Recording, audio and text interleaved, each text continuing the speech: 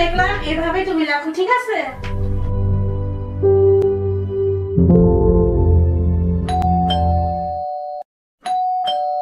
তুমি লেখো, বলে ফকির আসলো ভিক্ষা দিয়ে আসি।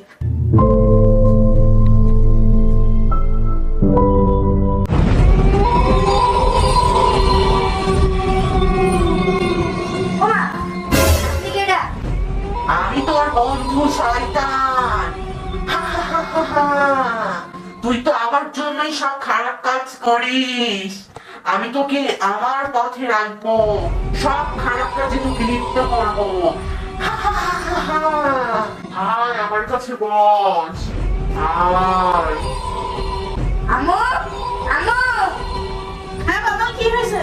আম্মু দেখেন কি আমাকে ভুলভাল পড়া শিখাচ্ছে। এখানে কোথায়? কেউ তো নাই বাবা। ওরে এখানে বসে রয়েছে। কই? তুমি পড়ার সময় পড়ার দোয়া পড়ছো? না, বাবা, পড়তে বসার আগে না পড়ার দোয়া পড়তে হয়, তাহলে শয়তান তোমাকে ঝামেলা করবে না। এই জন্য তোমার পড়াশোনা এরকম হচ্ছে।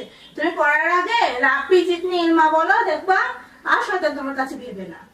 রাব্বি জিদিনি ইলমা। এই তো এরকম করে তারপর পড়।